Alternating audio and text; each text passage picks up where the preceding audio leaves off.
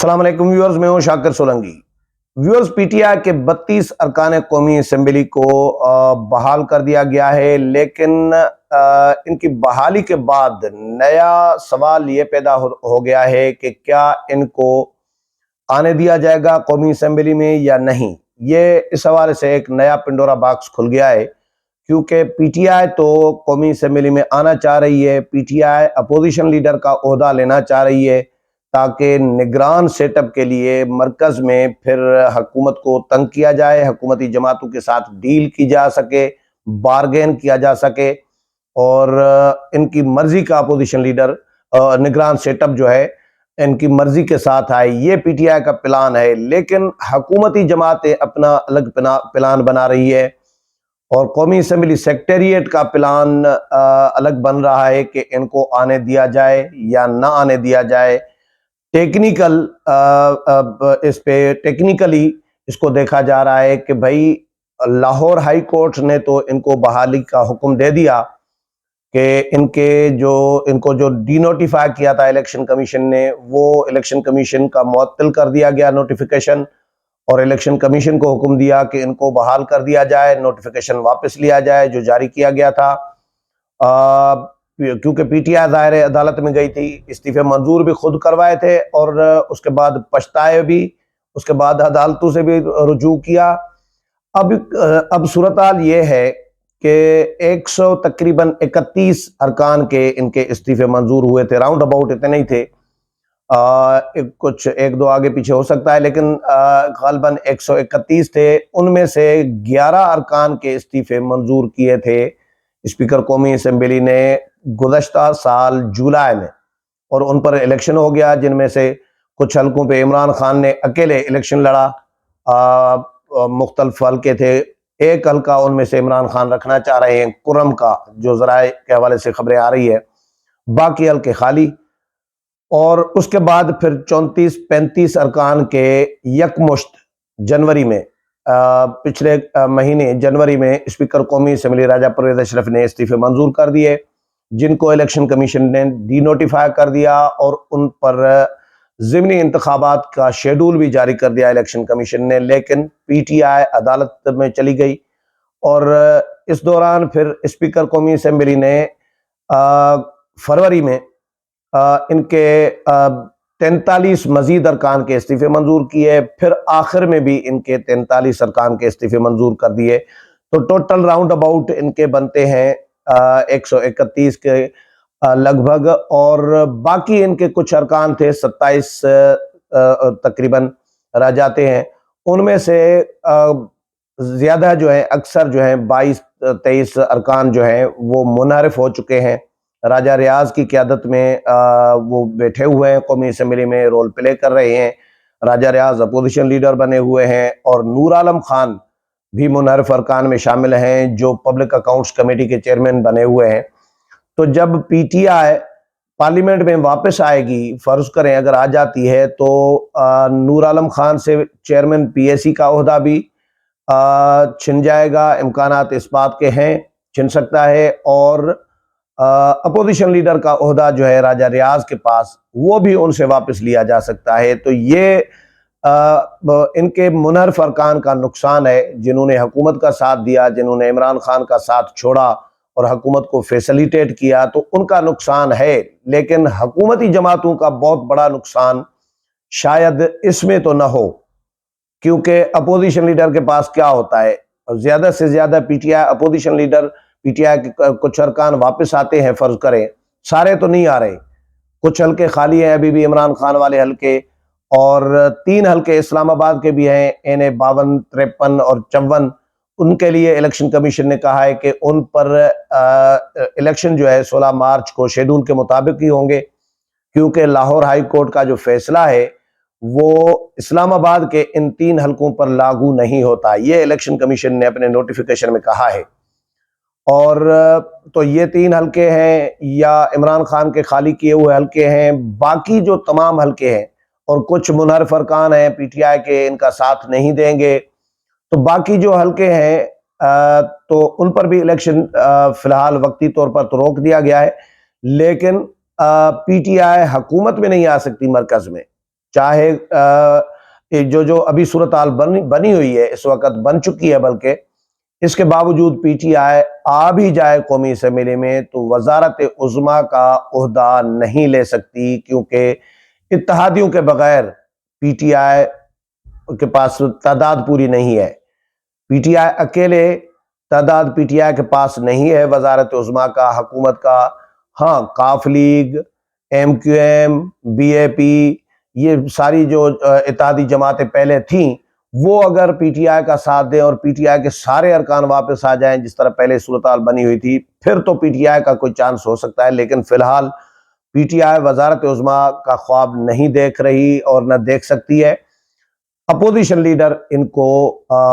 मिल सकता है अगर इनको आने दिया जाएगा, लेकिन कौमी असेंबली सेक्रेटेरिएट का जो प्लान है, जो हमारे जराए ये बता रहे हैं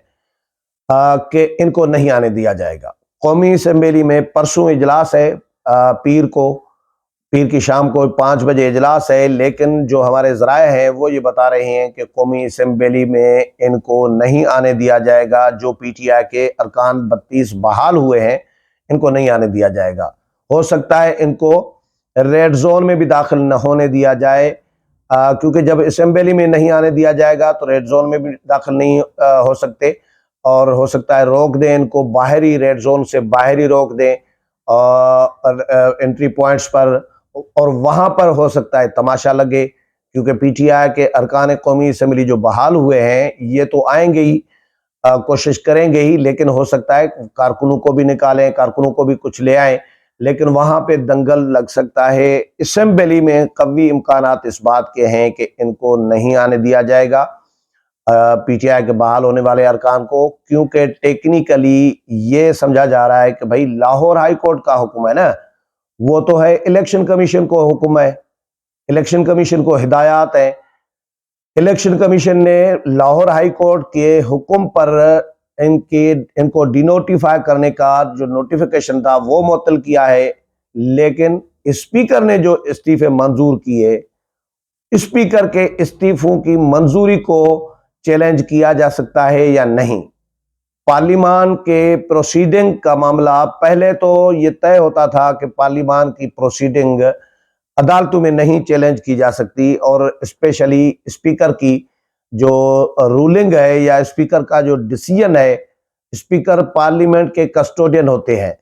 कौमी असेंबली के कस्टोडियन है,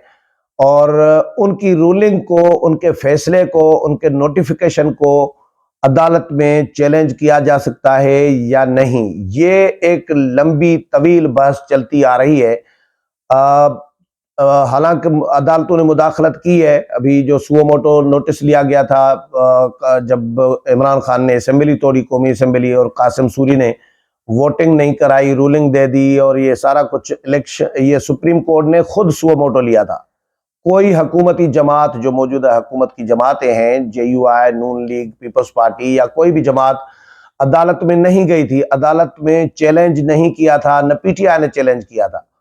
तो न पीटीआई ने कोई दरवाजा, क्योंकि फैसला तो पीटीआई का था, ये मौजूदा हुकूमत को जाना चाहिए था, हुकूमती जमातों को, लेकिन कोई भी नहीं गया था। अदालतों ने खुद मुदाखलत की, खुद अदालतों ने कहा कि जी ये गैर आईनी इकदाम हुए हैं, इसलिए हमने मुदाखलत की है, क्योंकि गैर आईनी इकदाम हुए हैं। जब स्पीकर ने अपनी तसल्ली करके ये सवाबदीद स्पीकर की है कि इस्तीफे कब मंजूर करते हैं नहीं करते, जब तक तसल्ली नहीं करेंगे तब तक वो मंजूर नहीं करेंगे, और उन्होंने जब तसल्ली की तो उन्होंने इस्तीफे मंजूर कर दिए। अब ये कोई गैर आईनी कदम नहीं है, कासिम सूरी का गैर आईनी कदम था, इमरान खान का गैर आईनी कदम था, सुप्रीम कोर्ट कह चुकी है, खुद कह चुकी है, और सदर आरिफ अलवी का असेंबली तोड़ने का, इमरान खान की गैर आईनी एडवाइस पर असेंबली तोड़ने का भी इकदाम गैर आईनी करार दिया गया था। उस गैर आईनी इकदाम पर इमरान खान के खिलाफ कोई सजा होनी चाहिए थी, सदर ममलिकत के खिलाफ कोई एक्शन होना चाहिए था, कासिम सूरी के खिलाफ कोई सजा होनी चाहिए थी, लेकिन किसी के खिलाफ कोई एक्शन नहीं हुआ,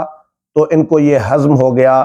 गैर आईनी इकदाम। आर्टिकल 6 लगना चाहिए था, हुकूमत ने कहा भी था, हुकूमत ने कमेटी भी बनाई थी वजीर कानून के सरबराही में कि भी आर्टिकल 6 इमरान खान के खिलाफ और उनके साथियों के खिलाफ लगना चाहिए, लेकिन अब जाहिर है अदालतें जब इमरान खान के साथ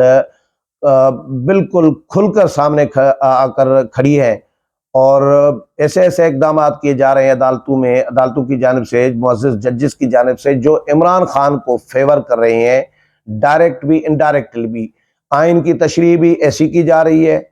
जो इमरान खान को जिसमें फ़ायदा हो। नून लीग के लिए और मौजूदा हुकूमती जमातों के लिए अलग तशरीह है आइन की अदालतों के पास, और इमरान खान के लिए अदालतों के पास उसी आइन के आर्टिकल की अलग तशरीह है।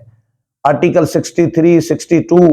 इनकी तशरीह अलग की जा रही है इमरान खान के लिए, और पहले फैसला दे चुके थे, लेकिन जब इमरान खान की बारी आई तो फिर रिवाइज किया, नजरसानी की गई उस पर, और उसकी तशरीह फिर गलत की गई, अलग की गई कि भाई पहले जो तशरीह की गई थी वो गलत थी और अब तशरीह सही हम कर रहे हैं क्योंकि अब इमरान खान को फायदा देना था। तो ये अदालतें इस तरह इंसाफ कर रही हैं इस मुल्क के साथ, इस अदालती निज़ाम के साथ और इस सिस्टम के साथ, इस पार्लिमान के साथ। तो अदालतों का काम सियासत में है ही नहीं, पार्लियामेंट को काम करने दे। बहुत सारे जजेस ये अभी भी रिमार्क्स दे रहे होते हैं कि भाई पार्लिमान के मामलात पार्लिमान में क्यों नहीं ले जाते, हमारे पास क्यों ले आते हैं, लेकिन अदालतों के कुछ मुअज़्ज़ज़ जजेस जो हैं सुओ मोटो ले लेते हैं और ताकि इमरान खान को फायदा दिया जाए। जिस तरह अभी जो केस चल रहा है सुओ मोटो का सूबाई असेंबलियों में इंतखाबात के हवाले से, तो वो भी इमरान खान को फायदा पहुंचाने के लिए एक कोशिश की जा रही है। लेकिन चले आगे चलेगा, ये केस परसों से समाअत है। तो फिलहाल ये एक नया पिंडोरा बॉक्स खुल गया है कि पीटीआई के इन बहाल होने वाले अरकान को असेंबली के इजलास में परसों आने दिया जाएगा या नहीं। तो कौमी असेंबली के ज़राए ये कह रहे हैं, पार्लिमानी ज़राए ये कह रहे हैं कि प्लान हुकूमत ने, पार्लिमान ने या कौमी असेंबली सेक्रेटेरिएट ने या स्पीकर ऑफिस ने यह बनाया है कि बहाल होने वाले अरकान को पार्लियामेंट में असेंबली इजलास में नहीं आने दिया जाएगा। जो हुआ या जो होगा तो फिर देखा जाएगा। तो परसों इजलास है कौमी असेंबली का, देखते हैं कि पीटीआई के अरकान को आने दिया जाता है या नहीं। उम्मीद है प्रोग्राम पसंद आया होगा। अगले प्रोग्राम में फिर मुलाकात होगी, तब तक इजाजत चाहता हूँ। अल्लाह हाफिज।